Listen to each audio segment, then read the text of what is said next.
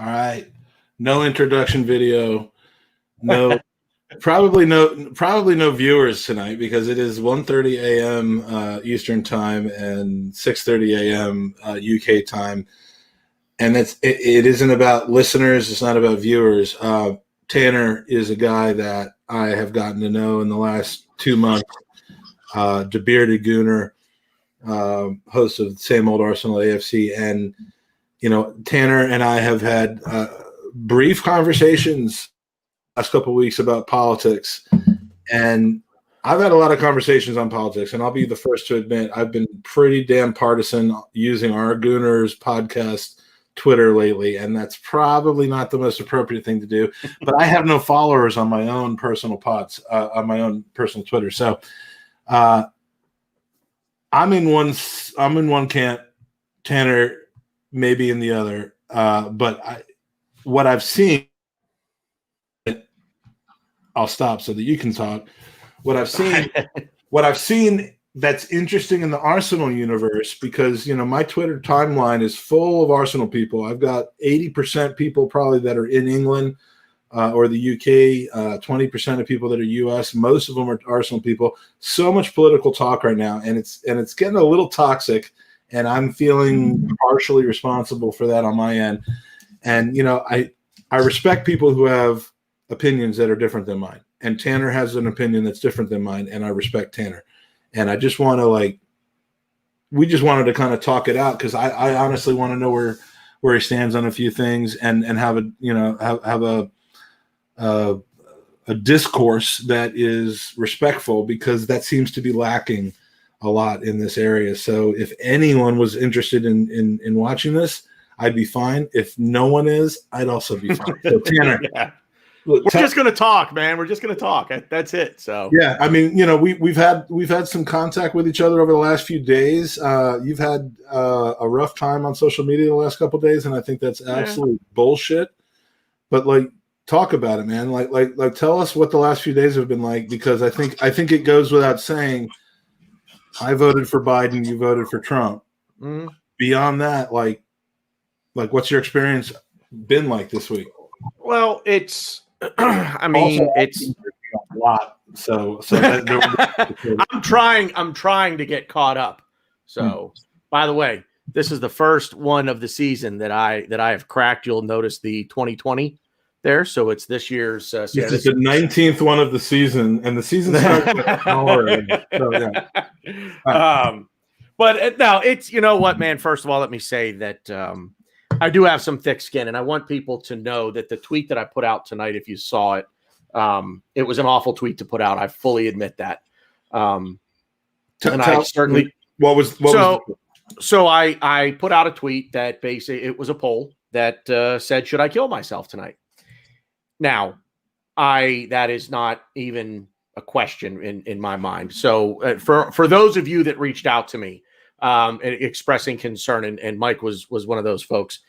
Thank you for that. First of all, it does mean a lot to know that there are people out there that actually that care about that. So that does make me feel good. But that being said, the reason for the tweet was to more expose the overall toxicity that exists in social media as a whole, and not just Twitter. It has become a very toxic place. Social media has, for a litany of reasons. But I was receiving, so let me go back in time to, I believe, Wednesday, where I put out a tweet that basically just said, look, I am proud of the fact that I voted for Donald Trump, and I stand by that statement.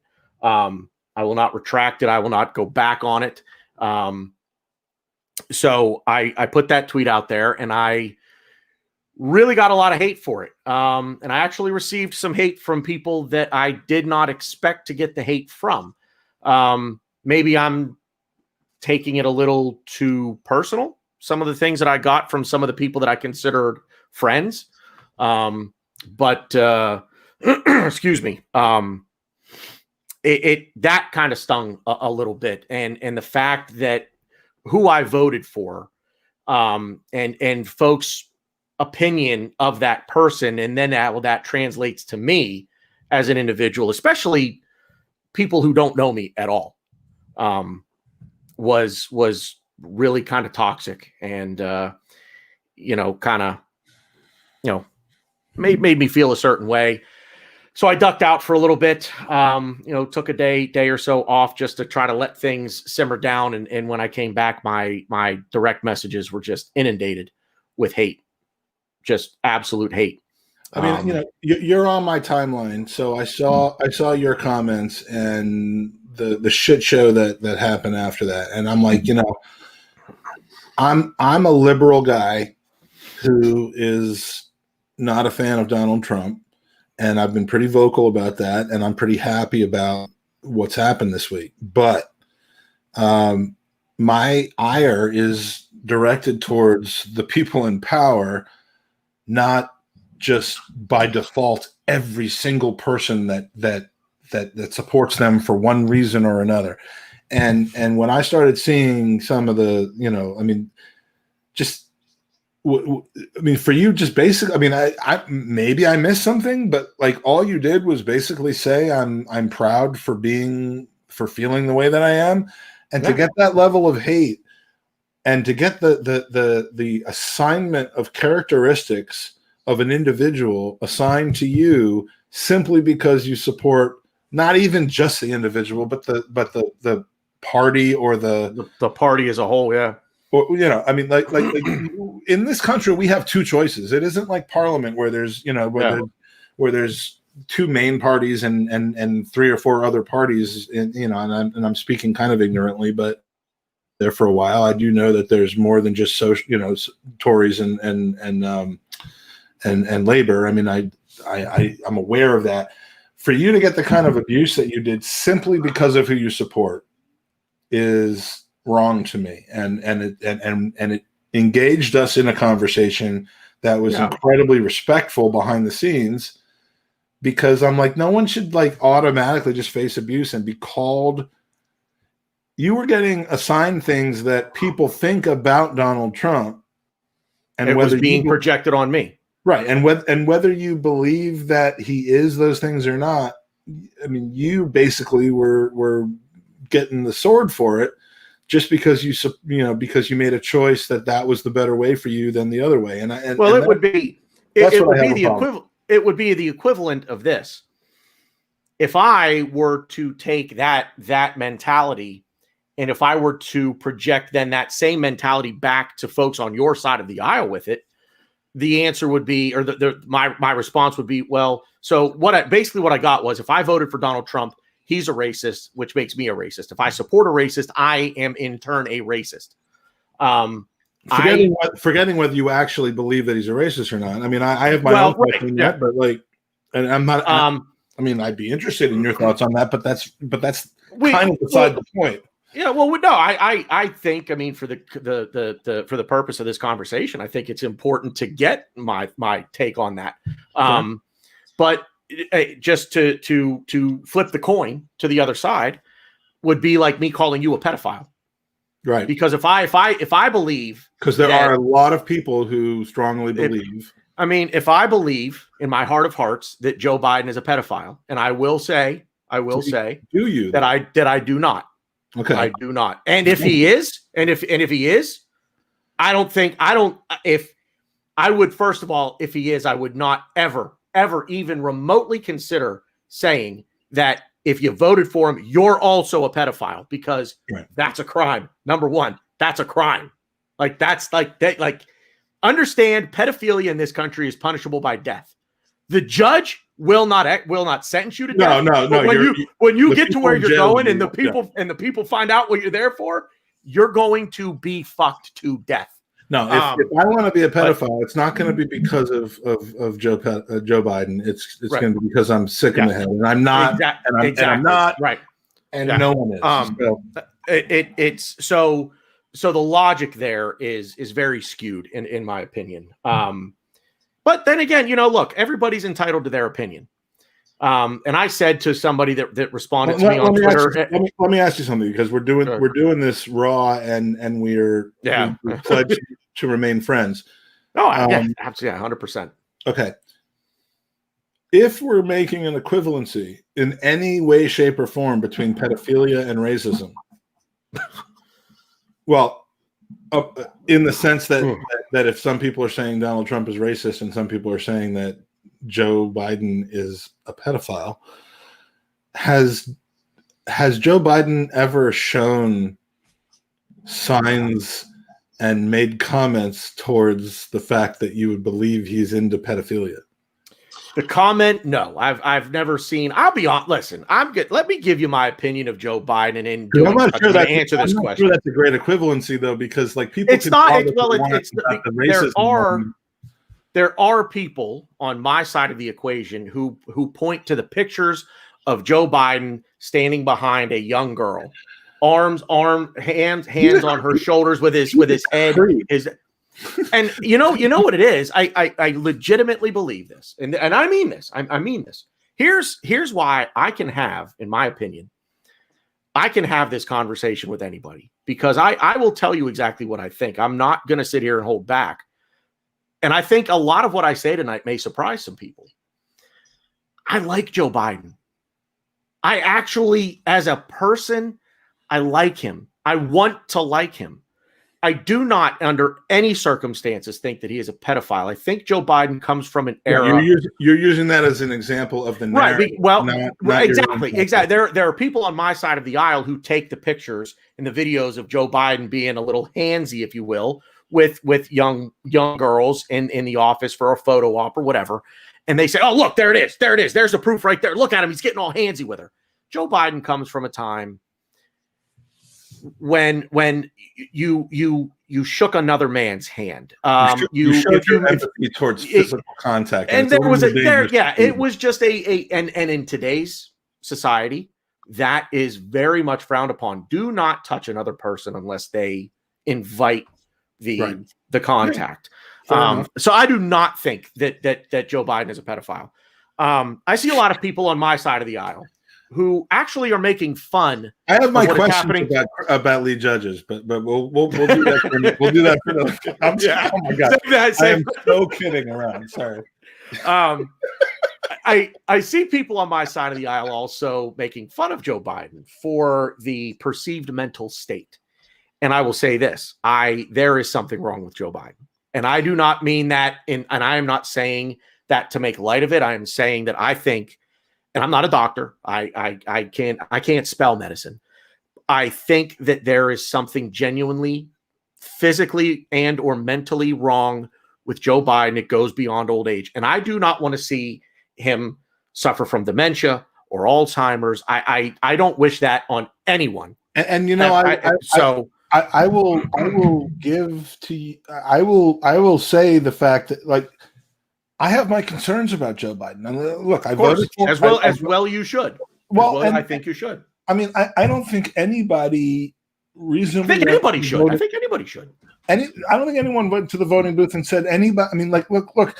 I love people who are in their 70s. Like I said, I mean, I love you, lead judges.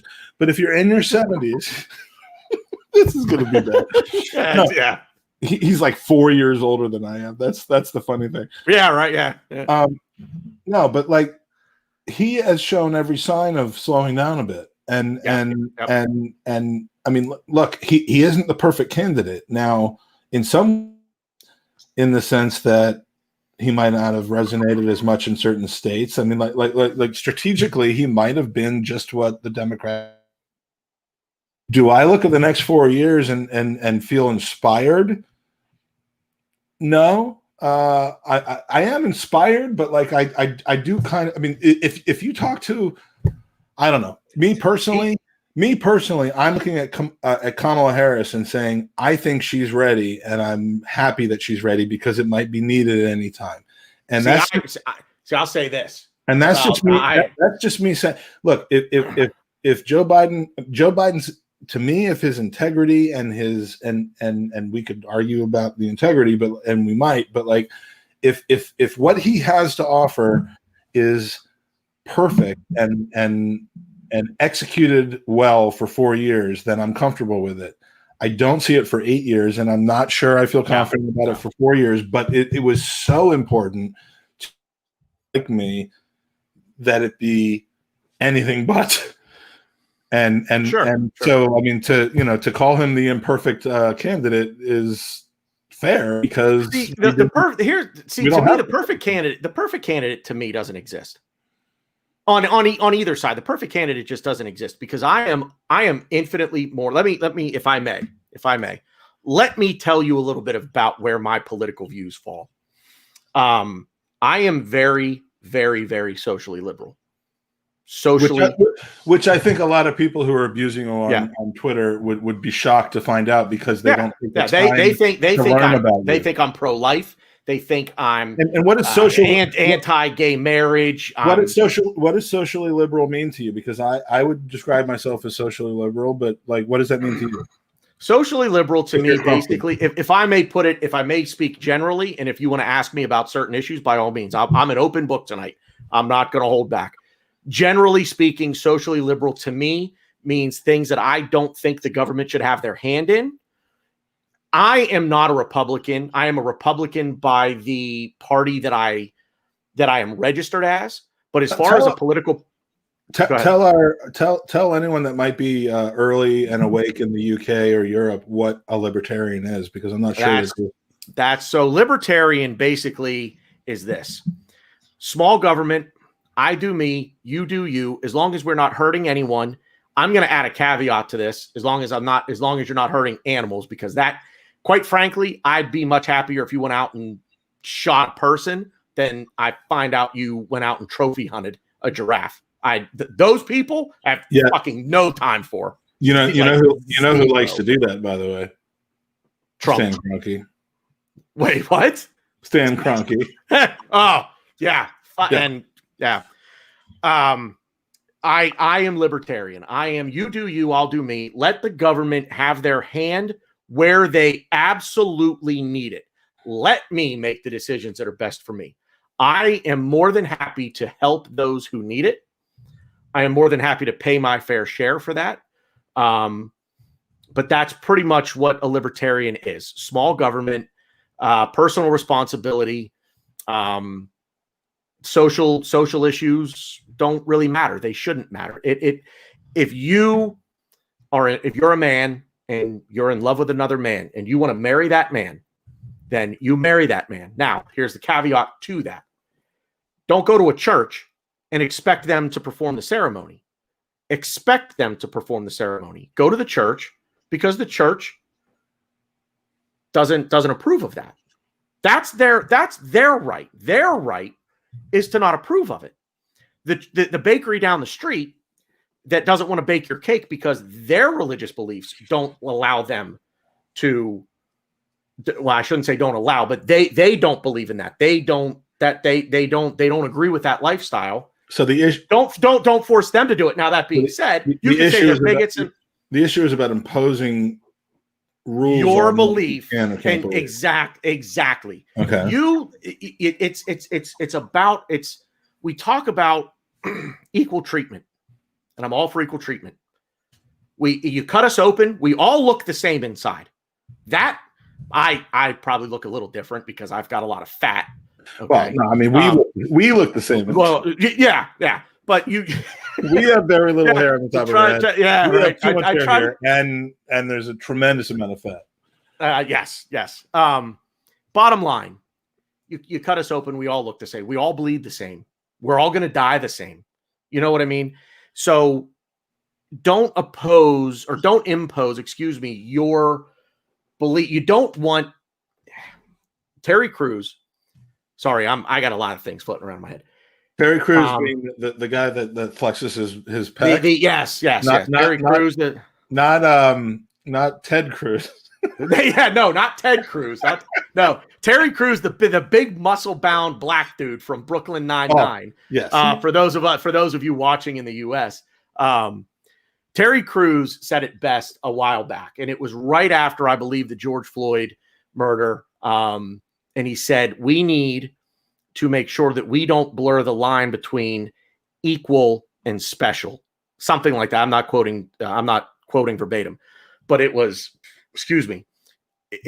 That's where I have a problem with certain things is, well, you're not asking for equal treatment. And this is kind of the way that I say things. And I say it a little tongue in cheek. And I hope that anybody watching this understands that. Mike, you ever see Ghostbusters 2? I stopped after the first one, to be honest with you. Come on, man. Ghostbusters are great movies. Come on. I thought the first one was perfect. And I'm like, why would there need to be a second one? We're going to fight about that. Ghostbusters 2 is tremendous. Let me ask you, did the plot include them busting ghosts? Yes. But it was a whole new set of ghosts, with the exception of Slimer. Slimer was there. Of course. The popular ghost will be. Of course. There's a scene. I'm sure was there, but no. There was a scene in Ghostbusters 2 where the mayor of New York says it is every New Yorker's God-given right to be miserable. Here's how I'm going, and people are like, did that mayor end up going absolutely nuts and getting a hand job from some Kazakhstan 15-year-old woman? No, because that's what normally happens. That's what normally happens, right? Yeah. I mean, then it gets put, and then they put it in a movie. That's the default of what you can expect. I mean, like Bloomberg is like 2 years away from that happening. Pretty much. This is what this is okay. So I say this about gay couples when people say to me, "Oh, gay couples, we shouldn't let them get married." Why? Two gay guys or two gay women have every right to be as miserable as every heterosexual married couple. So to bring it back to the equal treatment. Here's the thing: if you want equal treatment, get in line. Get in line because you're going to get treated. If you think this, I'm not saying I get treated the way that I'll never understand what it's like to be a black man being pulled over by a police officer. I'll never understand that in my life. I will never be able to wrap my brain around that notion. Why? Because I'm not fucking black. End of. I'm not. So I'll never understand it. Do you I'm sorry. Go ahead. Do you feel like when people express their concerns about that, though? I mean, do you tend to? Because we've had a guest on our podcast who I met because he was like rallying for social justice and had an Arsenal shirt on at the time. Aston Mack from Orlando. We had him on the podcast. Brilliant. Wonderful, awesome guy. In fact, I think he might have even been on the podcast. We did like a live stream and you might have been on with him afterwards. It was over the summer, but like, and I shouldn't have interrupted you because you were getting somewhere with it, but do you see their side of it and why it might not be the same like experience for them? So, do I see their side of it? Maybe that's not the best question, but I know where you're. I think I know where you're going with it. Do I see their side of it? I understand as best as I can, being a white man. I think I understand as best I can a black man's apprehension when a police officer pulls him over and approaches his car. The police officer, perhaps, is already, when he realizes that he just pulled over a black man, is already apprehensive. So now he's already got an itchy trigger finger. That's a problem. That is a problem. That speaks to the systematic part that people talk about. Well, but here's my question. Here's my question back though. Why does he have the itchy trigger finger? Is it simply because he sees the man's skin color, or is it because there's a stereotype about the skin color? I mean, this is a debate that could get very two of us probably shouldn't be having alone. Well, and two white dudes having that debate. That's what I'm saying. I'm not sure we're going to resolve this issue, but we're not. Here's the thing. Let resolve the issue. Let me say we're never going to resolve those issues. Let me say this. And for anybody watching, And I am going to give you as much truth tonight as I possibly can. And it is going to be raw and it's going to fucking sting. If you think for 1 second that racism in this country or the world will ever be eradicated, I have, in the words of whatever the fuck his name was, that was a wrestler with the Nexus, I can't remember his name, Wade Barrett. I'm afraid I've got some bad news. I've got some bad news. Bad news, Barrett. Oh, I like him, but I don't like his. I like him, but I don't like his news. Yeah. Here's the thing you need to understand. But you cannot have good without bad. And you cannot have bad without good. If you've ever seen the movie Legend, boy, I'm dropping movie references left and right tonight, baby. Tom Cruise and Tim Curry. And Tim Curry's character said, there cannot be light without dark. There cannot be dark without light. There can't be good without bad. It's the yin, it's the yang. It's the counterbalance of the universe. And I'm getting real fucking deep here. Unlike my prom night. But you're just never going to get rid of all the evil in the world. Be it racism, be it anything. You're just never going to get rid of it. And I agree that we should try. We as a people should try our utmost to rid the world of these things. You're just never going to do it. You're just never going to do it. Some people are just fucking born bad. They are. They're just fucking born bad. Others have it beaten into them. How do you fix it? Will you eradicate an entire gene pool? Well, let me ask you something then. Let me ask you, because personally, I believe that one of the ways can you make a person not racist? No. Can you make it less acceptable to shine your racist light around the country? Oh, absolutely. Freely? Call them out. Shine the light on them. Okay. And embarrass them. So here's where we start be like my guy versus your guy a little bit, and as respectively as we can. Mm-hmm. I feel like we've just gone through 4 years where if it suits him as a leader, whether it's because of votes, whether it's because of adoration, whether it's because of whatever, if it suits him, he will look the other way on disgusting behavior from people as long as they are supporting him. And and to me, for 4 years, the message that is sent is it's okay to feel the way that you do. Yeah. In fact,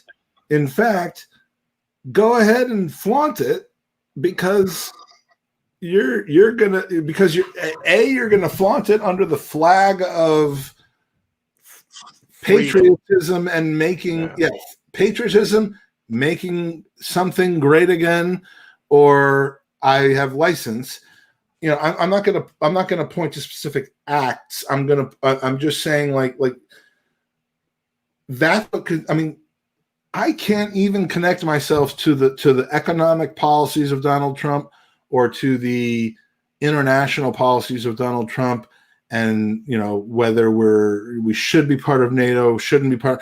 I can't do that as long as I see him in basically giving license to people who are divisive. And to me, you know, you are a social liberal, which most people probably don't know when it comes to like all conservative rules where you have to be pro-life, you have to be anti, you know, any religion that isn't. I mean, whatever the stigma of those are, you're not that. But like to support the man, to me, is supporting the tacit allowance of hate and racism. Sure. And I just want to know, like, as someone who supports him for whatever reason that you do, and you're fully entitled to it, like how do you reconcile that part of it? So I look back over the last 4 years, and when I hear the racism card played with Donald Trump, and I have done this numerous times where I've said, okay, show me an example. I want a direct quote from Donald Trump where that was racist, and hear me out. And I've gotten a few. But then I say, okay, now go give me the whole quote, and I'll give you one. All of the Mexicans coming across the border are animals. He called them rapists. He called them criminals. But if you go back and you look, that's what he based. That was kind of his initial quote, basing his entire. And if you go back and you look at the whole thing and you look at it in context and you think about the people he's talking about, if you disagree with me, MS-13. MS-13. If you don't know what MS-13 is, look them up. I went to school in Fairfax. I went to school in Fairfax County, Virginia, and MS-13 was a big part of it. But wow, I didn't even realize they were up here. I thought they were pretty much down like in Texas. No. And I didn't realize they were up here. MS-13 exists in the U.S. and it exists in. I lived in a great suburb of Washington D.C., so it isn't that they don't exist, but I mean, well, so let me finish my thought if I can real quick, Mike, on the Trump racism thing. Here's the best way that I could explain. So two things. The thing with Trump and racism is this, and I kind of just thought about this tonight. Donald Trump, when he had an opportunity to quell the fire of racism, he didn't take it. And when he had an opportunity to do absolutely nothing, as in keep his mouth shut, he didn't. Donald Trump's biggest problem is his ego and his mouth. Donald Trump doesn't know when to shut the fuck up. That's his biggest problem. Donald Trump was never. Does that lend to the fact of what I'm saying, where if he might be inclined to disclaim a certain group of people, but they support him because he wants and needs to be loved, that he just can't just say, fuck you group of people, even though you support me, I don't believe in what you believe in. Well, he literally has proven that he can't do that. But he's done it 39 times. They've counted where he has said the words. My question is this. Okay. So let me ask a question. So you go to someone and you say, will you denounce white supremacy? And if you come to me and you fully believe that I'm a racist, but you come to me and you say, Tanner, I want you to denounce white supremacy. And I say, I denounce in no uncertain terms every single form of white supremacy that exists not only in this country, but in the world. And that's not good enough. And somebody then says, but he hasn't done that. Tanner, so he's done that. But what does he say in the same sentence? What did he do at the exact same? That's the other side of it. As he does that, right? He says, "I denounce white supremacy, but I believe that there's a bigger problem with Antifa." He can't just denounce white supremacy. Well, he has to do it in the context of there are worse people out there that are fighting against my cause. And that's where I fall. That's where I have trouble believing in his. I believe his 39 denouncements of white supremacy leave a little bit to be desired, because 38 of them probably include a but. A but. And there's a great quote that my fiance's grandfather said to her, and she subsequently said it to me. Everything before but is bullshit. Well, right. I mean, I can't. And the crazy thing is, I don't believe Donald Trump is inherently racist. Right. I think he's so thin as to what he believes in that he will assign his support to people who support him. Yeah. And he will support people who support him, and he'll tacitly support their goals. And if they're racist, and if they're murderous, or if they're rude, or if they're whatever, he will enable that, because QAnon, man, he couldn't just come out and say QAnon is bullshit, because he be angering people who are going to vote for him. Well, to me, that's a weakness. I don't believe he believes in QAnon. I just think he believes in knowing that he's got a factor of people that's going to vote for him, and that's what is flagging them off. That's a politician. Well, slagging them off. Hold on, I said slagging them off. the thing with politicians is every politician is going to do that. So Donald Trump in 2015 and 2016, I'm going to go back to 2012 when he actually launched his first bid for president. Donald Trump in 2012 didn't quite know how to play the political game. He wisened up in 2016 and he learned that, okay, there are going to be some things that you need to say. And what the establishment Republicans did in 2016 was they said, okay, for 8 years, folks on our side of the aisle have been browbeaten with being racist. If you didn't vote for Barack Obama, and I had a thing on my Facebook, and I've since gotten rid of Facebook because that Facebook is infinitely more toxic than Twitter, in my opinion. I can sift through things on Twitter. Well, Facebook just doesn't take shit down quick enough. That's the only difference between. Well, that's a whole other topic. Yeah. That's a whole other topic. No, you're right. You're right. It is. You're right. It is. And I don't want to get into that tonight. Where was I? Oh, I had a thing up on Facebook for the longest time that said that what did it say? Knowing that Barack Obama is thinking that Barack Obama is a bad president doesn't make me racist. Correct. But for 8 years, that's not. And again, when I need to qualify what I'm about to say. If I ever say you, I don't mean you specifically. I mean the Democrat Party.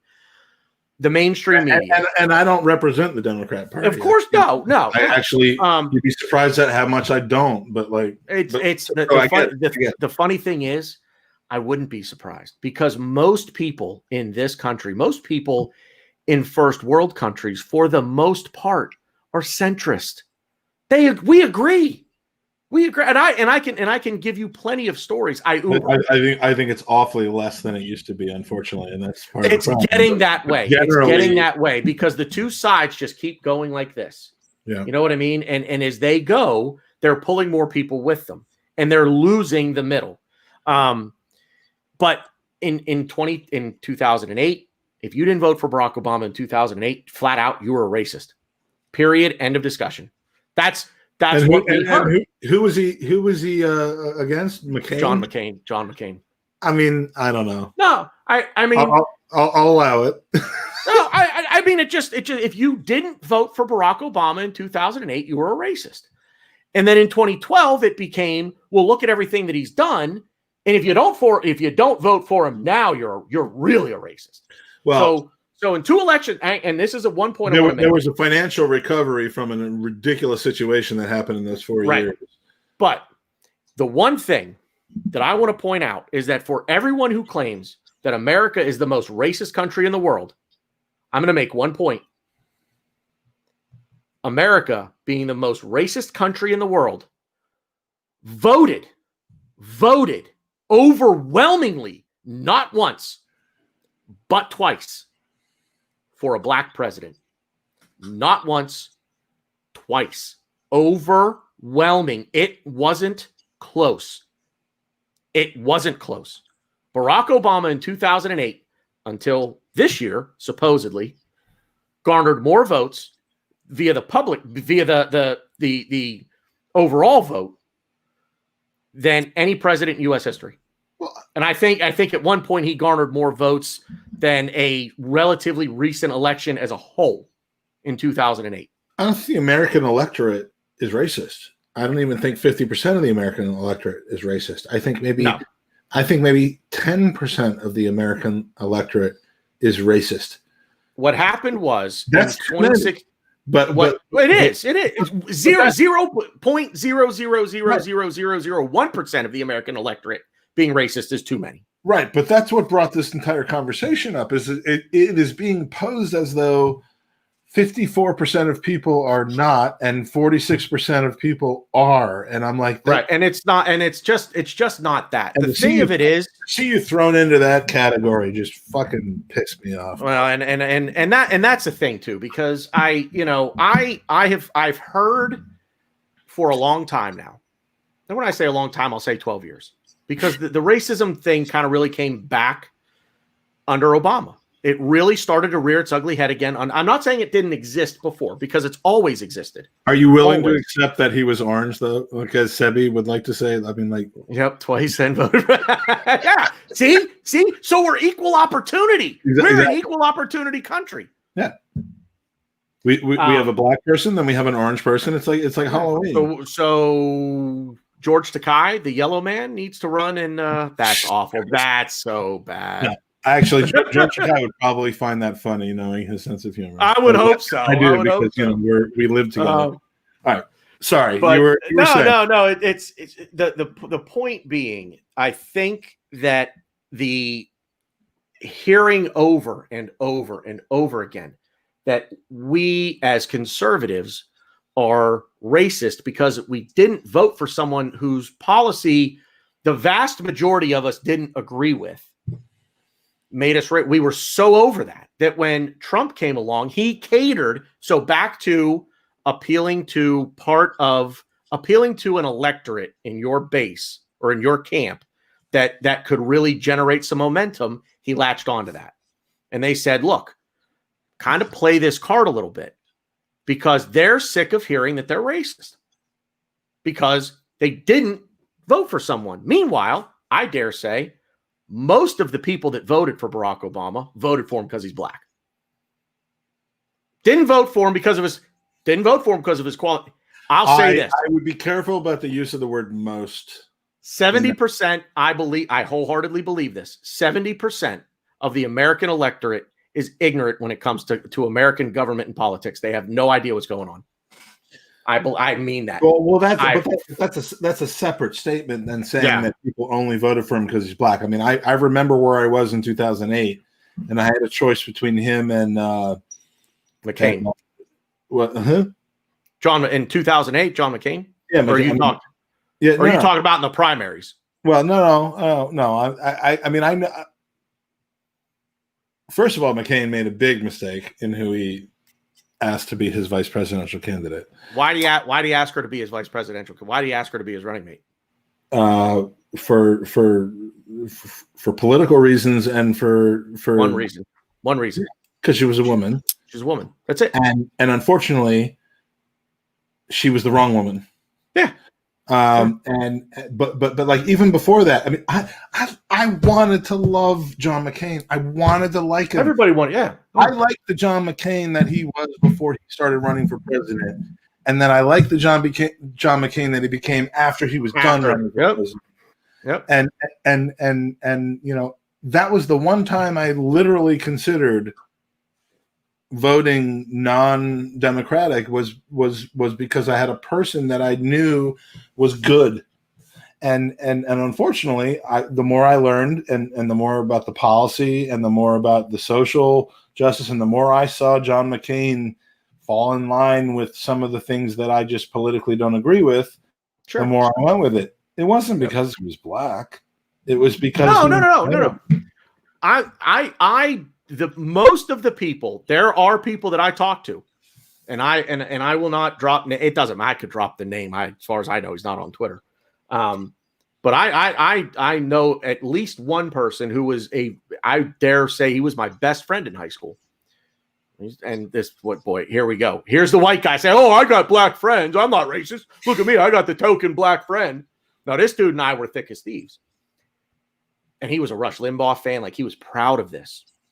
I'm the only black guy that listens to Rush Limbaugh. I'm the only black guy that's tuned into American politics. And for years he spouted this. And his parents, who treated me like their own son, were Republican, were conservative, until Barack Obama came along. And all of a sudden, it was hope and change. No, it wasn't. You just want to be on the right side of history. That's it. Because for the last 30 years, You've done nothing but vote against everything that man is running for. And now, because he comes into the mix, now you're going to change your tune.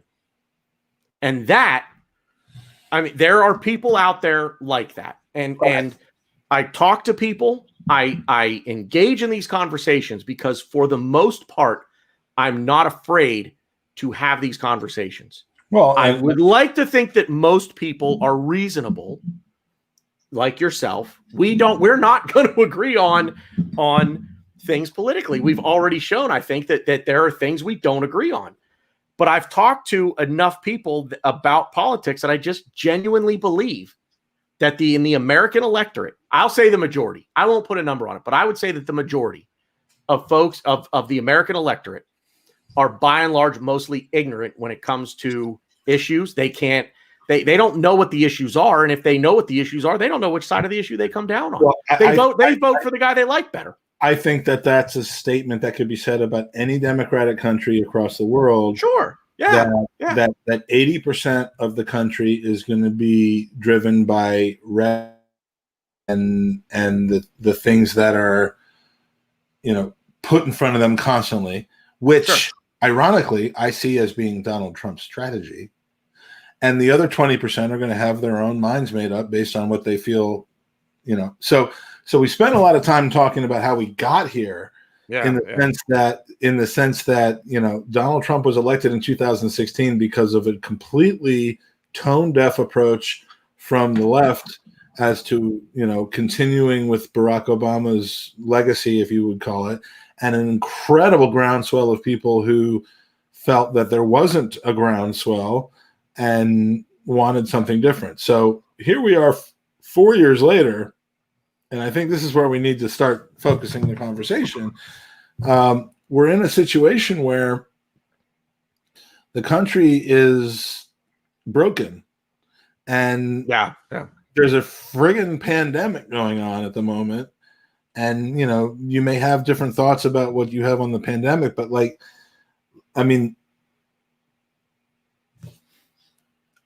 we've had conversations this week about, what we think about this election and who should go in certain directions and that sort of thing. But to me, what my question for you would be twofold. One, is it about the legitimacy of the election?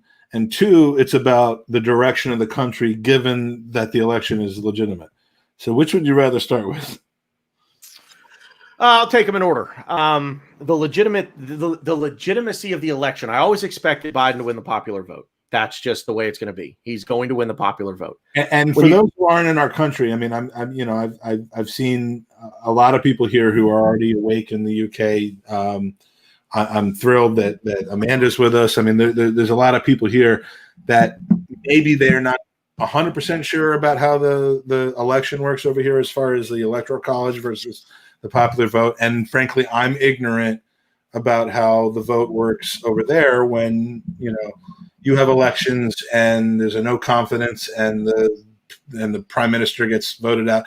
I don't really understand how that works. So, for the sake of everybody, explain everything.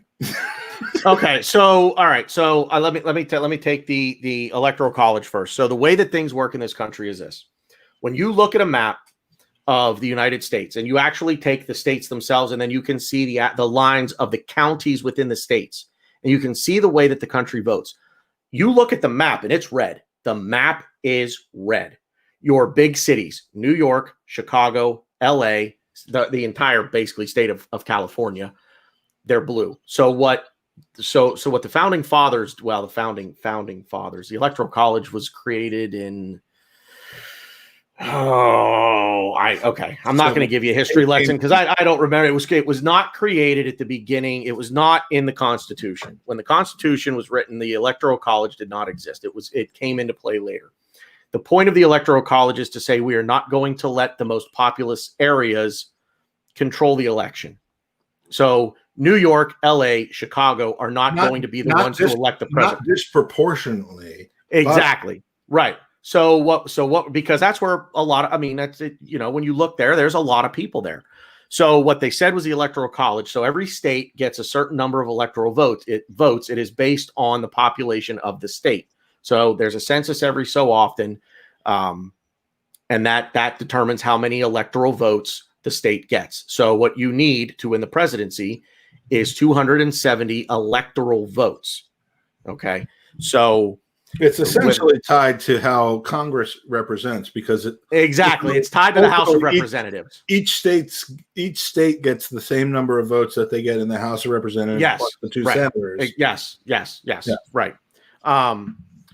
So basically, taking the Electoral College, and then you look at a map of the country as a whole gives you the idea of how the country is going to vote. So the first question is the legitimacy of the election. Here's the thing. I told you off the air. I found out that my grandmother today voted for the first time in her life. Here's the problem. My grandmother's been dead for 4 years. Now, you can track your vote, and I would imagine any state. I can't prove it because I live in the state of Pennsylvania. So I can't track a vote in Nebraska. I can't do that. But I have my grandmother's information, so therefore I could track. I just happened to do a little bit of research with the voter records in the state of Pennsylvania, and I found that my grandmother voted in the state of Pennsylvania. She's been dead for 4 years. So the legitimacy of the election overall,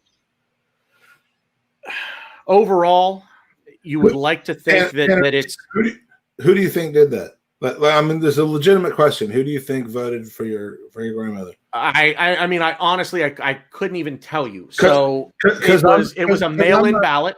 I'm not so partisan to think that there isn't some shithousery going on. And there's shithousery going on both sides. I want people to know that. Well, right. I mean, I don't. I'm not partisan to the fact where I just believe what I'm told, and because I would criticize someone else for being the exact same way on the opposite. I mean, I believe that when they talk about the fact that there aren't people there to watch the votes, and then I also hear that there were tons of people there to watch the votes. It's just that people who decided they wanted to watch the votes weren't allowed in without proper qualifications because they just decided they want to be there. Like that's where I believe the party line.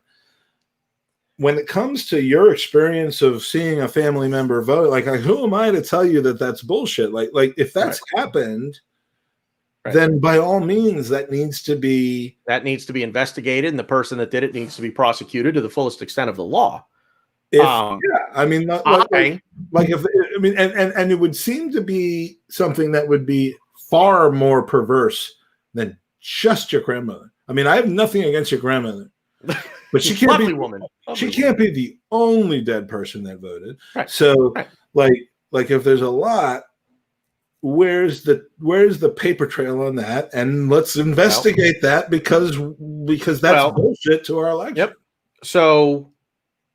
So what happens is this. So in 2016, what had happened was, so in 2016, all we've heard for 4 years is Russian disinformation, the Russian collusion in electing Donald Trump. Now, my question to you is this: knowing the way that foreign policy works between Democrats and Republicans, it doesn't really make a lot of sense to me for the Russians to try to influence a Republican president, to try to put a Republican president into power. I think that narrative's too simple, though. It might be. Let me digress. It depends on what the actual agreement would be. Well, that's true. There be little quid pro quo? Yeah. So, but for 4 years is what we've dealt with. This is what we've heard. The Russians got Trump elected. Putin and Trump are in cahoots. Blah blah blah. You know the story. You've heard the news. Now all of a sudden, Donald Trump says, I'm not going to accept these results, and here's why. And he has been very transparent with what they're doing, with what his campaign. Well, it's not a campaign anymore. With what his team is doing to combat the That's the word I'm looking. The suspected voter fraud. Now, do I believe it to the extent that they're claiming? No, I don't believe it to the extent that they're claiming. Let me ask you to clarify that. Do you believe what to the extent that who's claiming? I do not believe that there's been voter fraud to the extent that the Trump team is claiming. Okay. I do believe that there has been voter fraud. I'm not making this up. If you think I am, I'm very sorry. I will not put information up on a screen to prove it to you because there's personal information there, and that's just not smart. But I mean, I'll give you my own voting experience. And I live in Pittsburgh, Pennsylvania, Allegheny County, Democrat stronghold. In fact, I'm changing my and one of the areas that has been like so scrutinized over the last couple of days. That's the crazy thing about it. You're a Republican voting person living in an area that's like been talked about as like Biden's salvation. Yeah. When I went to vote, and you also like the Pittsburgh Penguins, which is not cool with me. Hey man, because they suck, and you could act like you have as many rings as you want, but we've won more recently, and geez. Anyway, I walk into my polling station, and I was the only one there. I didn't wait in line. I was the only one in the gymnasium of the church that I walked into, and I walk in and give the woman my driver's license, and she looks up my name, and she announced to the entire gymnasium, again, nobody in there except for the people working. She said this guy's fat. No, she said he's a Republican. Now, number one, not allowed to do that. Yeah. That happened to you. Yes. Why? Yeah. And it was an announcement. It wasn't just her looking at the guy sitting next to her. It was an announcement that I'm a Republican. And then she points me over to another gentleman who I was to follow over to my little, I'll say, cubby hole, if you will, to fill out my ballot. And as I walk around the desk to follow him over to wherever he's going to take me, she stopped us and said, no, the machine, he's going to have to come back. The machines are down. So I had a paper ballot. I had to fill it in like it's an SAT, like it's a standardized test. You go on voting day? Yes, I went on voting day. Yes, I voted on Tuesday. So I filled out my paper ballot with a pen, and then it went over to a scanner where I fed it into a machine, and it scanned my ballot. I was told that machine was down. But there were two machines. I was told both machines were down. The gentleman escorting me over to where I would fill out my ballot looked back at this woman like, "Oh, it's not. What's wrong with you?" Like, "No, the machine's fine. What are you talking about?" I could see the look on her face was like, "I'm trying to get this guy to not come back. Shut your mouth. Like, just go with what I tell you." I go over, I fill out my ballot, I take it over to him. He scans it into the machine. No problem. My vote was as far as I can tell, my vote was counted. Done. The process leading up to it, I mean, it exists. And I am not so naive as to think that it does not exist on my side of the equation in bumfuck Timbuktu. I'm sure that it does. Here's the thing, because and voter fraud. Do I think that Joe Biden and Kamala Harris and their campaign sought out all of these polling places and said, "Okay, guys, they get into a huddle, and here's what we're going to do. All right, you're going to go out left, you're going to go out right, you're going to run straight down the middle, ready, break, and off you go." That's not what happened. I think what happened is these people get into the polling places and they become vigilantes. They take matters into their own hands. They have the agenda. The person that needs to count the votes is my mother, because my mother doesn't vote and my mother doesn't care. That's the person that needs to count the votes. But that's I'm using her as an example, and I hope everybody understands the point of that. But that's what I've been seeing. I mean, like the narrative. I don't want to call what you're experiencing a narrative, because it's a firsthand experience. Narrative is what you call other people talking about the same thing all the time. Yeah. But like, there have been repetitive comments to the contrary from states where everyone in the variable system of not the variable system, but everyone in the system, from the governor to the Secretary of State to the Director of Elections, is Republican. Let's use North Carolina as an example, but I think there are probably other states that aren't so like in the news right now because they're not one of the four like last 4 or 5 states where like why weren't there problems there? I mean, Pennsylvania is a special state. I get it, and I'm shocked to hear that was your experience. I actually am. I'd like to think that description of what you experienced is the type of thing I would hear from somebody that I thought was lying to me. These are the things that happen in dictator, tyrant-led countries where votes are suppressed. And again, I think it goes on both sides. I'm not so naive as to think that my side is 100% right all the time. My side does shit that I don't agree with. I'm not. I'll give you a very hot topic of something that my side believes in that I don't, where I differ. I'm pro-choice.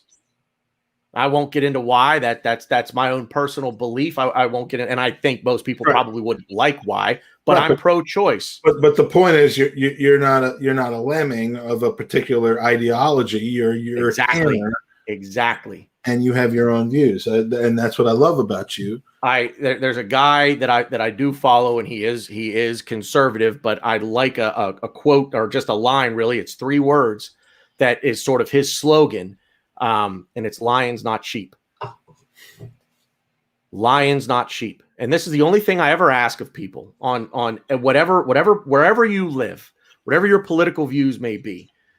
Do not believe everything that you hear or read. You have to think critically. You have to ask hard questions that you may not like the answer to, but you have to ask those questions. You have to, the biggest enemy in this country, and this is what I would love to do. I'm not good at doing this by myself. I wish I were.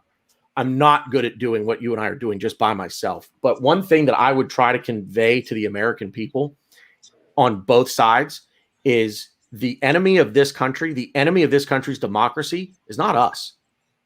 It's not the Democrats. It's not the Republicans. It's the media, because the media drive the agenda.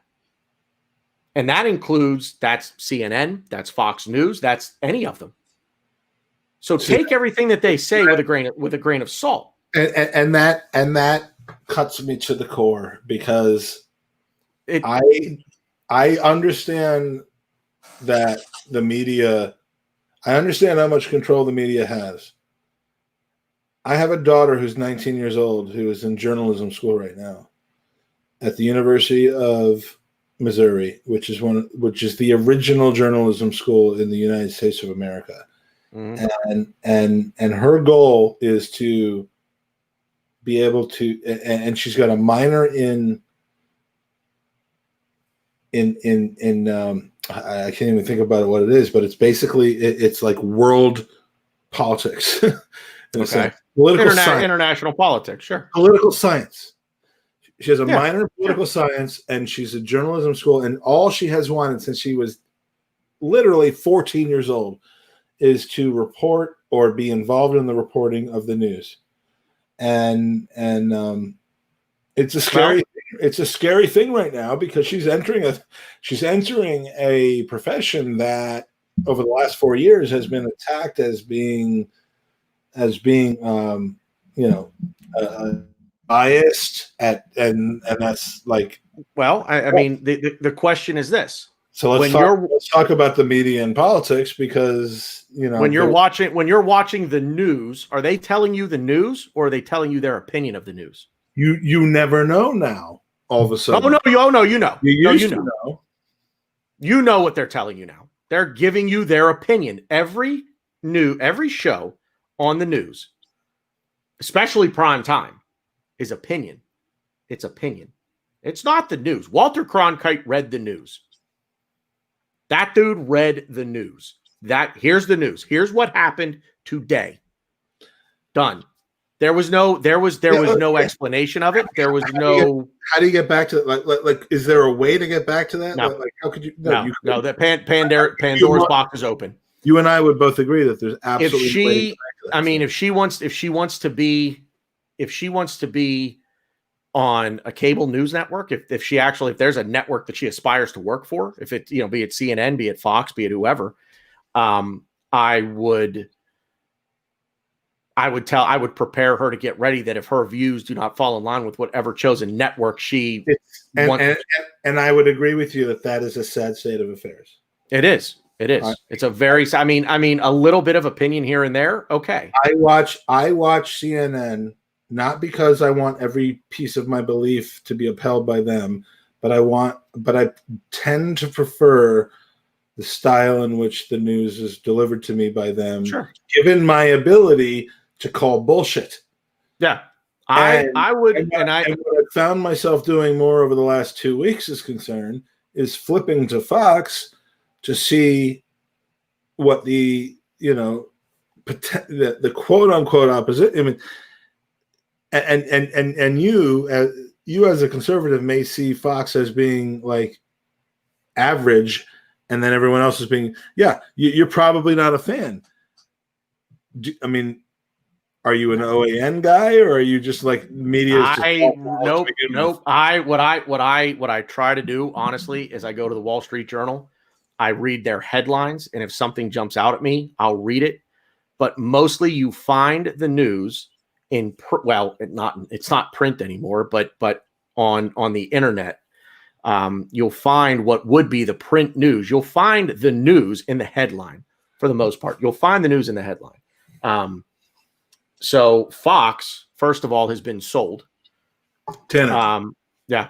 Can you say what you're about to say for the next 30 seconds without me on the screen? As long as you can do the same for me in about 5 minutes, so that I can run and grab another beer. Because this is a urinal situation where hey, if you're in, I'm in. Urine is about to happen. So yeah. What were you? All right. So Fox News has been bought, and they are no longer the beacon of late or cable news conservatism. Case in point, they called Arizona for Joe Biden before anybody else did. I mean, way before anybody else did. So take that for what it's worth. But as far as the news is concerned, their job now is to promote or drive your opinion. The one exception, in my opinion, and I may get lambasted for this a little bit, but the one exception, in my opinion, and I see Stan's watching, so maybe Stan, you can comment on this if you're feeling froggy, is Tucker Carlson.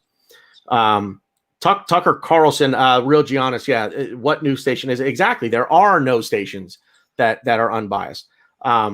One guy that I really enjoy listening to is Tucker Carlson. Now, Tucker Carlson is very obviously conservative, and I find myself agreeing with a lot of the things he says. But what Tucker Carlson does that sets him apart from his colleagues, even his colleagues at Fox News, is he will call out his fellow journalists. He, on air, has said that he may lose his job for what he's about to say because he calls out the folks who sign his paychecks. Again, Tucker Carlson is conservative, but Tucker Carlson also sees that there is that's an act. Because you know what, Tucker Carlson's not conservative at all. He got his big break on CNN. Like you are. Yeah. Well, yeah. He's libertarian. Have you ever heard Tucker Carlson on the Bubba the Love Sponge show? No. Okay. No. Go back and listen to his spots on the Bubba the Love Sponge show before he was on Fox, when he was a admittedly very talented political reporter, and see how he's transformed over the last 10 years. Tucker, I missed much of what you were saying because I was doing a thing called peeing. And for me, because of the size of things, it takes a long time. I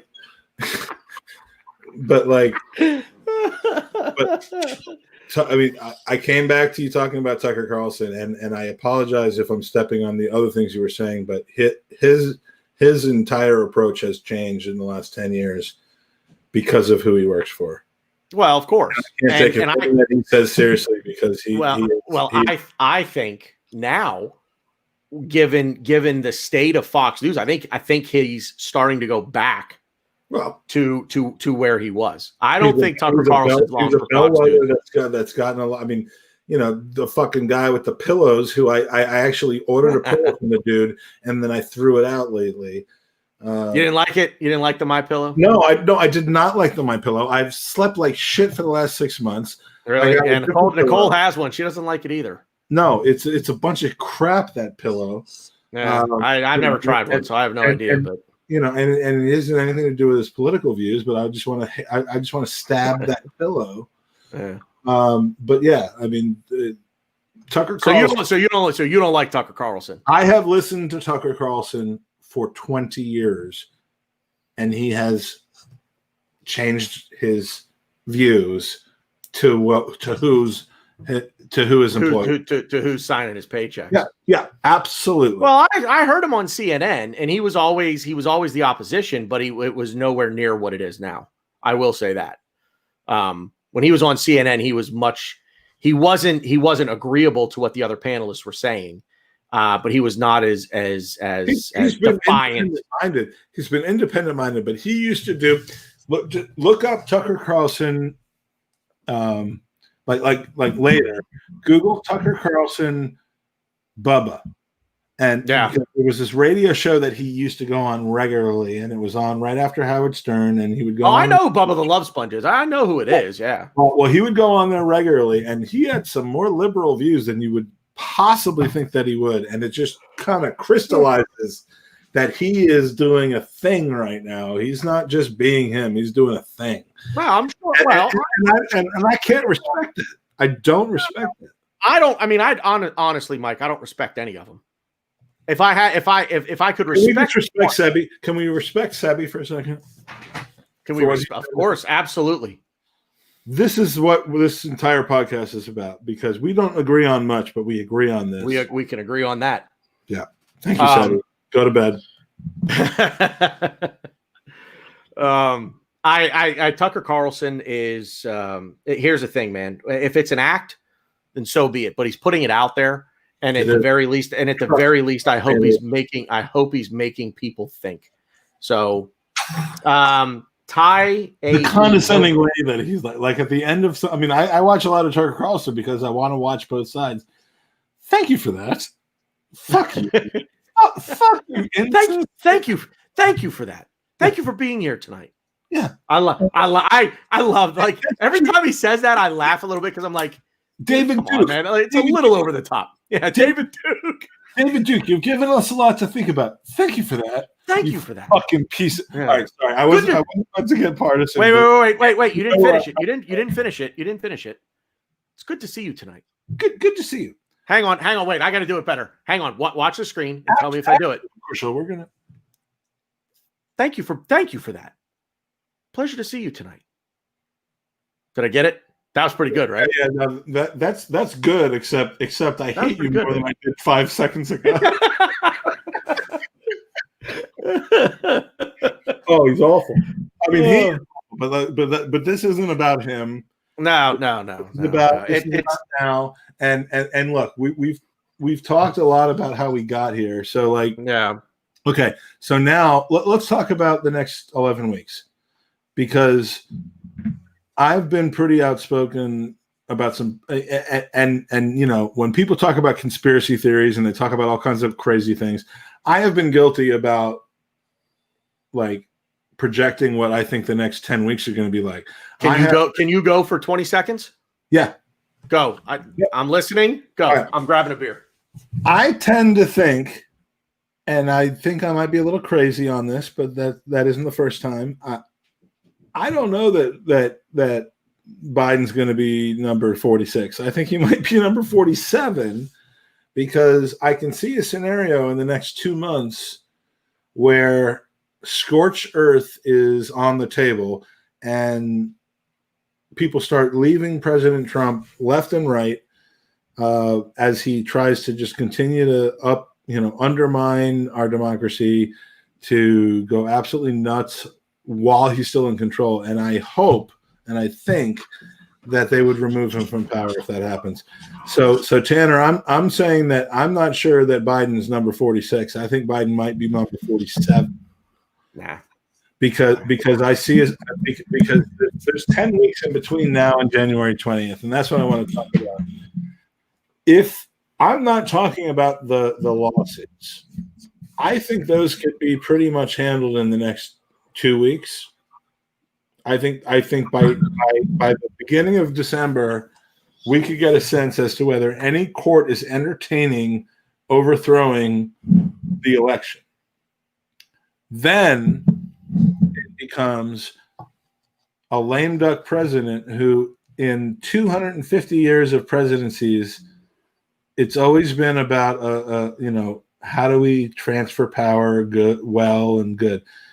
I mean, do you not see a situation where our new potential government is shut out?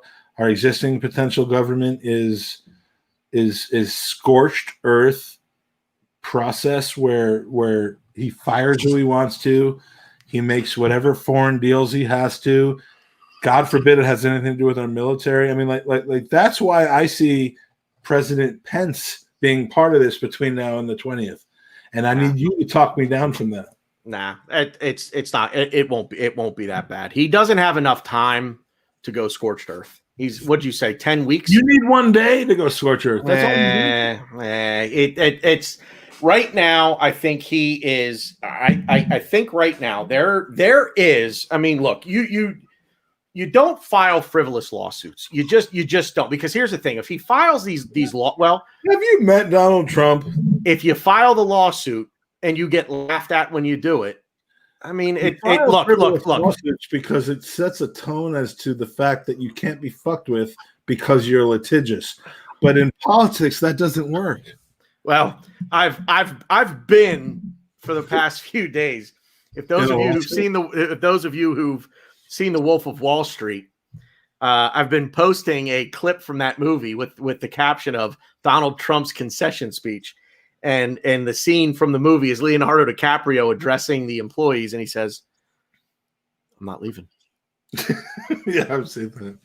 I mean, it's going to be it's going to be interesting. I don't expect him to ever win. Just don't think he's going to go scorched earth. Actually, Stan makes a good comment. Trump will sign loads of executive orders and will hand out pardons like candy before he leaves. Yeah. That's part of the scorched earth that I'm talking about. I mean, the executive orders. What executive orders is he going to sign that is going to scorch the earth? I think he's so much more worried about all Jews from doing Arsenal podcasts. What? And then I'd be fucked. That's what I'm. Yeah, with a last name like Feinberg. Tanner, I don't care about anything else, but if he signs that order, I'm fucked. You're fucked. That's not. Yeah, I mean, we're gonna. Yeah. It's gonna be called, Tanner in the USA. Nah, we'll be fine. I think. Here's the thing: if this is all going to go to the Supreme Court, he's not going to go scorched earth before the lawsuits get heard, because if he goes scorched earth before the lawsuits are heard. I mean, there's just no point in that. So, Agreed. But here's the thing. But here's the other thing to keep in mind too. So the lawsuits are going to go to the Supreme Court. The Supreme Court right now is in favor of him 6-3. Yeah, how dubious is that? But so let's not go into that. But I mean, the law is the law. And even RBG said it is the president's duty to appoint a justice. All right. Let's not get into that. Let's not get into that. The fact is, the Supreme Court. Let's just agree that if let's not get into whether they should have replaced her or not. But let's agree that, like, if an election-based case goes to the Supreme Court, that's weird. I mean, I would think. I know. No. I'll say this. I would think that let's flip the results. Let's flip the entire situation. Then I would say it's weird. because if you're Joe Biden and Kamala Harris and you're going to send this to the Supreme Court, knowing that the Supreme Court, at least in theory, is against you 2-1, that would be a little weird. This to me is no. I mean, you're gonna pull out every play in your playbook. This is the Philly special. You know what I mean? So for those that don't get the reference, the Eagles and the Patriots and there was a play call at any rate. I'll lose everybody at that. Nobody listen to us then. Do I think it's weird that it's to us now? I mean, really bad. Only one person from Philadelphia would listen to us. Yeah. No, but I back to your I don't think he's going to go scorched earth before the Supreme Court hears this, and I genuinely think that if the Supreme Court comes back and says, you know what, you don't have a case now. You know what, there's or what they most likely will come back and say is, and I heard this the other night on the radio. I was listening to KDKA at night. The guy was a more conservative host, which I didn't know. I just, the radio came on and I just happened to listen for a while, but he had somebody on. It was a guest that he had on, and he said, the guest said, in cases like this, typically what happens is you'll get certain votes will get overturned, but it won't be enough to change the outcome. I think Joe Biden is the president-elect. As much as it pains me to say that, I think Joe Biden is the president-elect. Well, I heard something. That's helpful. That's helpful to hear. Well, and the thing, and the other thing too, I want everybody to understand this. My entire point, which is that you're not just like a fucking like a partisan hack. I mean, you're a person. No. You're Look, a person. If I will respect, if it gets to the Supreme Court, I will respect the Supreme Court's decision. I will make some waves when I say this. I think you'll understand why I say it. If Joe Biden, I'm going to skip that part. I want people to understand the way that the American presidency works. For those of you who don't live in this country, the first 4 years of a presidency is to initiate your policies. The second term, the second 4 years, is where those policies tend to become law. That's generally true. It is. I mean, a lot of these things are general statements. I don't want to get into specifics. You could accomplish something in a 4-year presidency. I mean, of course you can. Of course, I would assume that people who are Trump supporters would say that they accomplish a lot in a 4-year presidency. I think he could have done more, but he did accomplish. I think he accomplished a fair amount. I don't think he accomplished what he said he accomplished, but again, like. You're right in that the second term is where the second term becomes the mandate. Exactly. So with Joe Biden and Kamala Harris, this is what I will say. From the policies that I've heard that they want to enact, I hope they fail, because I do not think that certain policies that they want to enact are good for the country. Certain policies that I've Go ahead. Can you be specific? Because we have certain elements of our professionalism that court packing. Packing. I think court packing would be wrong. Can I say that? Absolutely. And any reasonable person with a brain who can think for themselves would agree with this statement that court packing is wrong. Why? Because what it does is he wouldn't commit to that during the campaign. Right. He wouldn't deny it. He wouldn't commit to it. So I also think what was done with Amy Coney Barrett was wrong. And you and I will probably disagree with that. Then that being said, my feelings about court packing are in the context of the fact that while I understand the literal difference between Garland and Coney Barrett, I understand what was different, and then that was that the Senate was in the opposite party of the presidency. I think that the two situations were completely hypocritically different. If I believe what I believe, and I don't care which side it comes from. So if I believe it for the Republicans, I also believe it for the Democrats. So believing that I feel that Trump did the right thing by appointing a justice, I would also believe that if it would have been Hillary Clinton won in 2016 and she appointed the judge, I would believe in that as well. That's a hypothetical. Do you think it is? But do you think Lindsey Graham's a hypocrite or not? Do I think Lindsey Graham is a hypocrite? I think they're all hypocrites. Well, okay, but Lindsey Graham went more on record than anybody else about this exact scenario, and then did the exact opposite, and then did the exact. Are we ever to believe a guy like that again? No. But that's part of the game. Well, but exactly, and his other endeavors make up for the fact that he just fucking bullshitted about. I mean, like I'm not. I didn't come on here to ask you to be Lindsey Graham's defender, but like, I won't be. Well, right, I won't be. But to me, that's about the most disgusting political thing that I can think of is a guy like that who not only did he. Well, I don't need to tell you this, but like, not only did he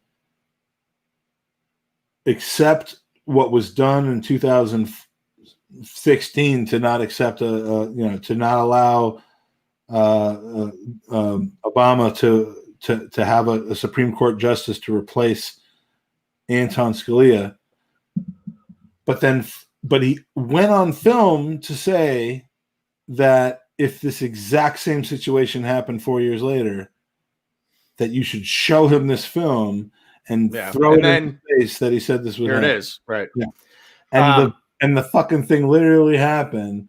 And I mean, look, I understand politics, and I understand that what you said 4 years ago doesn't matter anymore, and what matters is whether people support you now. But like, that's the kind of thing. If you pointed out that situation, and you pointed out that kind of a statement and hypocrisy of someone on the Democratic side, I would want to hear it, and I would probably agree with you about it. Yeah, and I agree with I agree with you. My grandfather has taught me a lot, and he's actually the one that kind of brought me back down to earth a little bit tonight, because I've been pretty pissed off, and thank God people don't see my Instagram, because you wouldn't like it. I don't even understand how to go on Instagram. You wouldn't like my Instagram. My grandfather said he when it comes to politics, I base a lot of my thoughts around things that he's taught me.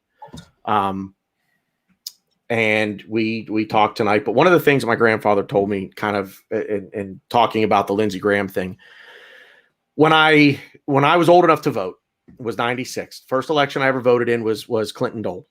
And you would be dismayed to know who I voted for. Probably Clinton. Oh, no. Utterly dismayed to know who I voted for in that election. Did you vote for Ross Perot? I voted for Bill Clinton. Ah, all right. And my grandfather, this is what my grandfather said to me as it relates to Lindsey Graham. Politicians are like used car salesmen. If you're going to do business with one, do business with the one that lies to you the least. But there are people who claim to be the resistance to Donald Trump when he was running. I'll give you some names. Lindsey Graham. Yep. Paul Ryan. Not even Paul Ryan. Fuck. It's just because I've been drinking a lot that I can't think of these people. Marco Rubio. Ted Cruz. Well, they all ran against him. Well, they ran against him and they called him every name in the book. Yep. And 2 days ago, to watch Ted Cruz on Fox News, I just want to cry about humanity, because but let me turn it around on you, Tanner. Okay. I'm ready for that. Go ahead. Like Ted Cruz 2016 versus Ted Cruz. It turned into a dick sucking contest. But Ted Cruz was on the show the other night. I mean, he had 4 dicks in his mouth. No. He was on. I forgot what show he was on. I think it was Hannity, but like he was on that show versus what he was on when he was actually going against Donald Trump in the primaries after having his like father call. I mean, yeah. What's the it is all brainwashing juice going on? I mean, because these guys hated him, and now they're throwing their own careers on the fire because of him. Kamala Harris and Joe Biden. There's the example on the other side. And it's the same thing. It's the exact same thing. I don't know if any of those people have attacked Joe Biden as being No, Kamala Harris went after Joe Biden for the Me Too stuff. Of course, and presumably they've worked that shit out. But like, sure. I mean, I will say this: that's not comparable to the. Oh, I just wholeheartedly disagree. In principle, it's the exact same thing. That is not. You're gonna defend your guy, and I actually think in this instance, in the Kamala Harris Joe Biden situation, I actually think it's worse because I think the only reason that Kamala Harris buried this hatchet with him is because she knows she's pretty much in line to be the next president. So, I mean, Ted Cruz's presidential aspirations are gone. Kamala Harris bucked up and said, "Okay, you want to make me your VP? I can swallow this." Literally. Damn, I shouldn't have gone there. That's wrong. I shouldn't have said that. Yeah, I'm going to leave that, and I'm going to say that I think you're wrong on the premise. But like, so your comparison then, just to be sure, your comparison of what has happened in the last 3 years with Rubio and Cruz and the Trump. South Carolina. Lindsey Graham. Graham. Those 3 guys who were the resistance to Trump in the Republican Party and have now followed in line. You're going to compare those guys to Kamala Harris? Mm-hmm. Yeah, Kamala Harris basically called out Joe Biden, called him a rapist, and now all of a sudden they're buddy. Did she call him a rapist? I mean, in not so many words, but basically called him out of certain sexual allegations. She called him out about busing. But I mean it's still there. Now, mind you, again, and we're more in a levels. There are levels to how much you reconcile with somebody when they do your interest. We're talking about Kamala Harris reconciling some of her views to be into the interest of Joe Biden, and then we're also talking about 3 or 4 different specific Republicans that were fighting Trump tooth and nail and have now reconciled themselves under his regime. I mean, I don't think that those are equal comparisons in my mind, but that's why I because they have nothing to gain from this. That's the thing. They don't stand to gain anything from it. What are they going to get out of this? They who? Trump or Ted Cruz, Marco Rubio, Lindsey Graham, the basically the anyone but Trumpers on the Republican side. What do they stand to gain now by reconciling with him or siding with him? That's why I think Kamala Harris kind of. Here's the thing though. I don't disagree with you on the point you're making. I agree with the point that you're making wholeheartedly. My only what point am I making? Because I fell asleep about an hour ago. It's all politics, man. It's all politics. It's all politics. You do, and if you're a politician, you do in politics whatever it's going to take to get you to whatever point you want to get to. Kamala Harris wants to be president.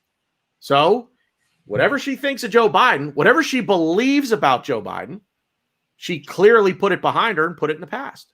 whatever Cruz, Rubio, and Lindsey Graham and the rest of that group think of Donald Trump, there's an agenda, and never, ever, ever discount the agenda.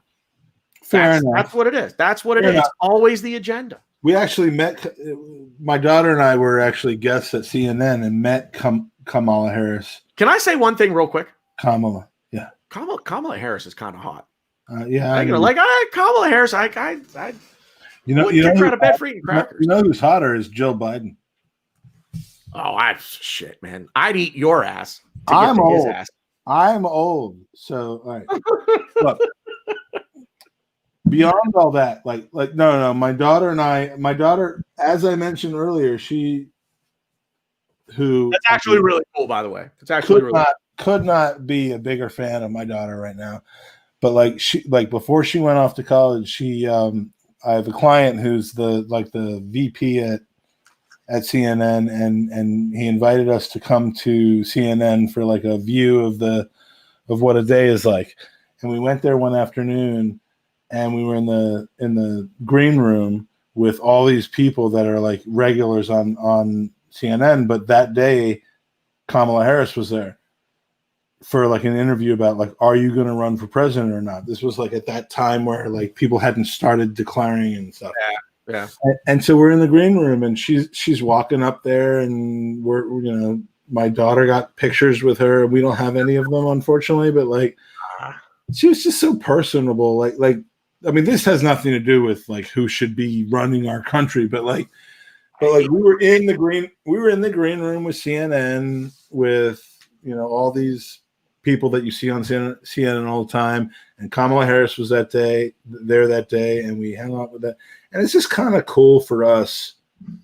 And my daughter shares my political views. She's 19. I would hope so. And well, I mean, but not because I feel that way, but like in spite of the way I feel that way, she still does, and we've gotten very close over the last week or so, like talking about this election and stuff. But like Kamala Harris was a big part of our experience. And Tanner, I think she's really, really prepared to be president if she has to be. I really hope it doesn't come to that. Well, I know you would hope that it doesn't come to that, but like, is she unprepared? Do you think, or no? I think she's prepared. And listen, position for me to put you into. I'm sorry. What's that? That's a shitty position for me to put you into. I'm just asking, and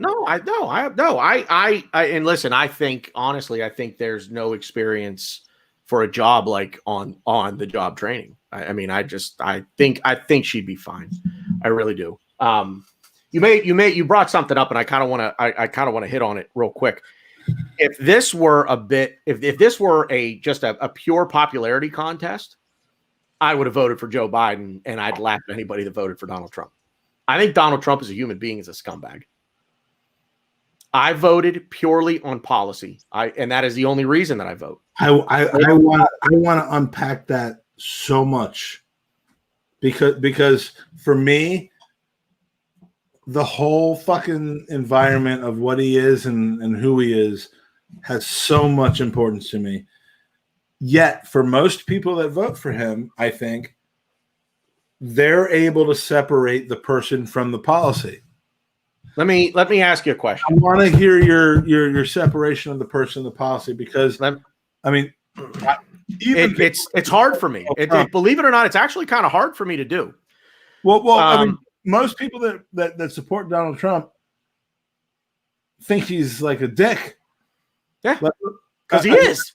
Well, yes. So my point is, let's take it from there, and then let's say, okay, Tanner has a great fucking mind, and he's got a good understanding of the world, and yet he's still voting for this person. So there must be a reason beyond the person. All right. So I'm going to give an example, and you will understand the example. Was that rude? Was that rude of me to say that? No, not at all. No. I'm just trying to set it up and be like, Yeah. okay, you take over. Listen, man. You line it up. I'm going to knock it down. Good. So I'm going to give you this example because you will understand it. You will understand the example. I don't know how many people watching right now are here in America, or probably for what I'm about to say, more importantly, if they're American football fans and have been for some time. So I live in Pittsburgh. I am not a Pittsburgh Steelers fan, but I live in the city. And the quarterback of the Pittsburgh Steelers, I think, is a first ballot Hall of Famer, Ben Roethlisberger. Yet he might have raped somebody. Oh, there's no might. There's no might. And it wasn't just one. Okay. Two things can exist at the same time. Two separate yet connected ideas Am I helping at the same time. Point? You are. Okay. Ben Roethlisberger, in my opinion, is a rapist. I know what I've seen with my own two eyes. Have I actually seen him penetrate a woman against her will? No, but I watched him drag one off of a bar stool and pull her into a bathroom. That being said, Ben Roethlisberger is also probably one of the greatest quarterbacks of my generation, of our generation, and I think he's a first ballot Hall of Famer. So Ben Roethlisberger can be a scumbag, and he can also be a very good quarterback. I think that Donald Trump is a scumbag, and I also think that some of the things that he did for this country are good. God so damn. I think Donald Trump can be a. I think people can be scum. I think. Let me give it to you a different way. I think most of Barack Obama's policies are shit. I would kill someone to sit down with Barack Obama. I'd kill someone to have a night at a bar with Barack Obama. I don't care if we talk politics. I don't care if we talk sports. I would absolutely love to sit down and talk with that dude because, honest to God, I just think he's a good, cool dude, period. Like, he seems like a guy I'd meet at a bar. I'd be at a bar. There's a game on. I'd make a comment. He'd make a comment. All of a sudden, like, hey, man, to the bar. Hey, let me get 2 shots. And all of a sudden, he's like, hey, what are you drinking? I'll back up back up his next round. That's who Barack Obama is to me. Donald Trump is not that guy. Donald Trump is the guy that wouldn't piss on me if I were on fire. But your support for him is because I agree with his policies, because I agree with the things that he did, that he's done thus far, and the things that he wanted to continue to try to do for this country. So so in that sense, now here's why I can separate the two, because I'll go back to the Roethlisberger analogy. Excuse me. And the Roethlisberger, I know a lot of people who were diehard Steeler fans. I mean, diehard Steeler fans who just don't watch football anymore. They're not going to jump ship and go root for a new team, but they're not going to root for the Steelers because they don't want to root for him. Here's the difference. With Ben Roethlisberger, I don't know if that many people are dropping the Steelers because of what Roethlisberger. I know a few. It's like the people from Arsenal that say, like Robin Van Persie. Yes, she said no. Yes, she said. Doesn't make me like Arsenal any less, but I separate the man from the president because what the president is doing will have an effect on my life, theoretically. I might differ from you in that sense, given that the man's views for his own personal gain are so much different than the presidential views. That's where I might differ from you, is the sense that everything that he's done has been about himself and not about the benefit of our country.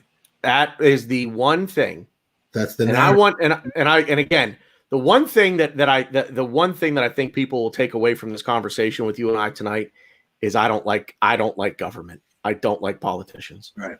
Because everything I say, understand that Donald Trump came into this as an egomaniac. This has only made it fucking worse. Oh, but he wasn't He wasn't created because of. I mean, the presidency didn't create this. The presidency enhanced it. This is just another thing that he did, like all the other things that he did before. I mean, like if you're not in this country, you don't like. You're thinking of Donald Trump as being the president. Oh my God, he had a whole situation for 25 years, and it wasn't good. Bob Ross Jr. If Trump had such amazing policies, how did he lose to a half-dead guy? Bob Ross Jr. It's kind of funny, but Bob Ross, by the way, is a client of mine, and I love that man, and I know he's dead, but like his descendancy is a client of mine, and he would never be happy about what's happening right now. But let's do it. All right. So. The one thing I was going to say was I got into a very heated discussion one night with a friend of mine who is he is a staunch Trump supporter. And I said to him, Ross Jr.'s in the chat. Yeah.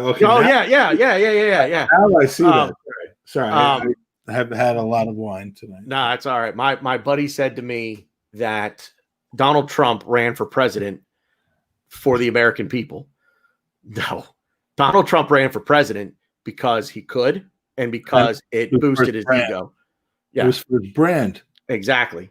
And that should be that, for lack of a better word, that should be deplorable. And that should be upsetting, except for the fact, which I am willing to understand and get out there, that there's a whole bunch of people in the United States that like actually saw what he wanted to do and agreed with it.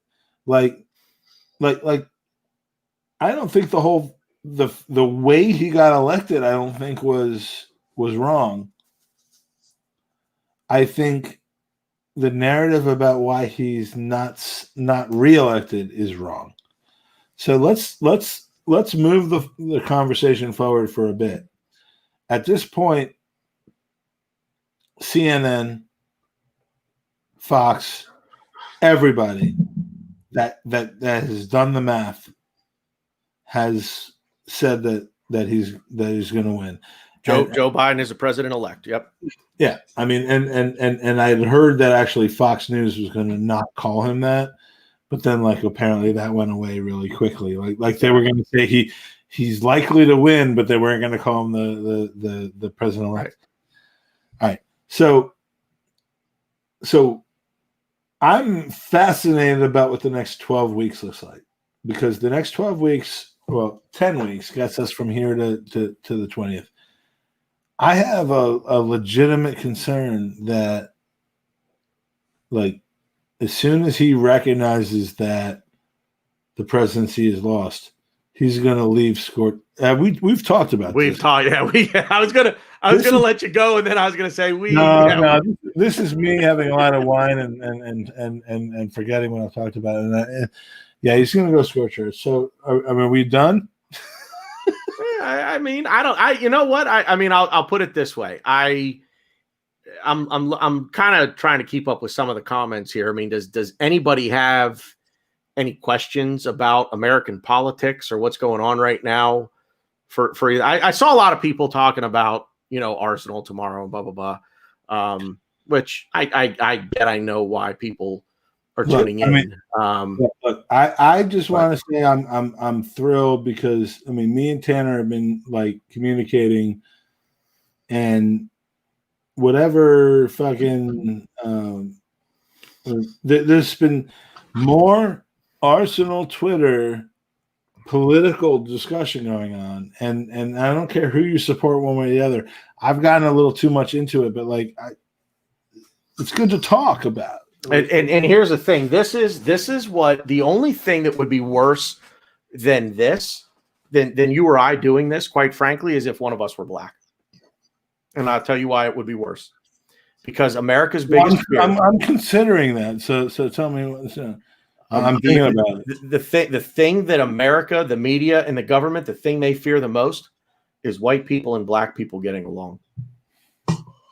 That's what they fear the most. They do not want that on either side. Because here's the thing. And this is what I kind of keep coming back to. And if you think that politicians are in this game for one thing, power. You don't go into politics. You start in politics because you want to affect change. You see something wrong. You think you can change something. You think you can make a difference. Do I think that Trump's victory 4 years ago was due to the result of the oversensitivity from the radical left, i.e. cancel culture? No, because cancel culture didn't start then. Cancel culture didn't start until 6 months ago, when all of a sudden it was the cool thing to do to just go out and vandalize everything, and we labeled the ripping down of statues that we didn't like, that we deemed stood for racism or bigotry or whatever. We started calling this cancel culture, and eventually what it's going to turn into is people just not leaving their house. This is going to be another podcast, because it's got to be another podcast. Let me just say I don't quite agree with you on this. Wait.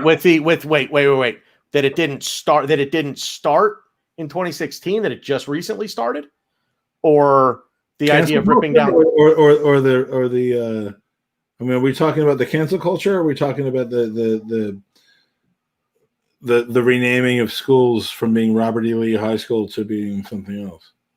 That's a little different. This has got to be another podcast, because honestly, we've been at this for almost 2 hours. It is 8:30 in the morning, and I need to go pretty soon.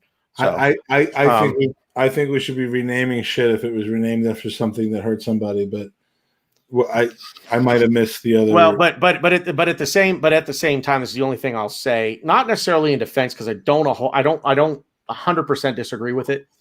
But I also don't. But understand. Okay, let me give you an example again to try to put it. You get a bill in the mail. If you take that bill, tear it up, and throw it in the trash, does it go away? Does it mean the bill doesn't exist? You still have to pay the bill, right? Power bill comes in the mail. If you tear it up, just throw it in the trash, you don't pay it. Doesn't mean that the bill is gone, that the power company, they threw it. Oh, he tore it up, threw it away. Oh, okay. We'll just send you the next one. 100% agree with you. Tearing down of statues, the renaming of schools and things like that doesn't mean that it didn't happen. You don't just get to go in and rewrite the history books. It happened. And whether we like it or not, it happened. It's the girl you lost your virginity to. Maybe you didn't like her. Maybe you didn't like the experience, but it happened, and you're not going to forget it. We shouldn't be bringing your mother into this, though. Wow, wait, you too? You too? My God. Jesus, man, this list just keeps going. Look. Honestly, legitimately, I would love to respond to that, but I think it's probably going to open a whole nother line of pain. It's another podcast. Yeah. I think that we've probably addressed the political situation as well as we can right now. Tanner is a Republican. Mike is a Democrat. I'm libertarian. I'm registered Republican, but I'm libertarian. And I actually think that's important to know because in this environment, as opposed to others, we don't have three parties that equally compete for control in the parliament. We have a two-party system, and then the other parties are like bullshit that never have the opportunity to actually participate. So if Tanner feels that he's a Republican, if Tanner feels that he is a libertarian, his choices are to vote for someone that's not going to get elected, to vote for Donald Trump, or to vote for Joe Biden. And it makes perfect sense based on his beliefs that he would vote for Donald Trump. I didn't vote for Donald Trump in 2016. Well, Jill Stein or the other guy? Gary Johnson. Gary fucking Johnson. That's so. I love it. All right. But my point is that the man is voting based on his conscience, and his life describes the person that he is. Thank you. All right. I mean, I've only been told by 3 gay couples that you like threw things at them. Like when I talk to gay couples, that wasn't my wiener.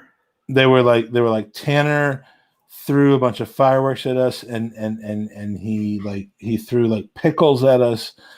No. Tanner, they still didn't get the hint. They didn't get the hint. They didn't. So Tanner is. I don't know what more I have to do. Tanner is not only a good guy, but he's a guy. And look, if you have a different opinion about somebody, then this is fine. But like, let's just get along. I'm telling you right now, and this is what kind of all this revolves around. I'm not a racist. And I'm sorry, I just don't buy because I'm white, I have inherent racism instilled in me. I don't buy that. I completely and unabashedly disagree with that statement. And anyone who disagrees with it, you want to have a conversation, I'm not a hard guy to find, because the one thing I keep hearing is white people don't want to have the conversation. Well, I'm as pasty fucking white as they come, and I'll have the conversation. And this has absolutely nothing to do with what this was all about. But like, I have watched over the last 4 days as fucking idiots on Twitter have given Tanner an issue because of who he supports and assigning behavior to him that is absolutely not appropriate. No. Tanner is one of the most genuine, thoughtful people I've ever met. So this whole evening, and I don't care whether 1 person watched or 10 people watched or whatever, this was about just us having a chat. And maybe this was fun, man. I hope we do it again. We need to do this again. And maybe we'll do it again. I mean, let's not like overestimate the fact that we're just like Arsenal people. And I mean, let's not get self-important, because but like, this is just cool once in a while, man. We disagree, and you got a lot of Arsenal podcasts where people disagree on Arsenal-based stuff. But this is a little bit more important. So it is. So I don't care. I don't care whether you care or not or what. But like, look, I would rather focus on what we have in common. And I would never have met Tanner if not for the Arsenal.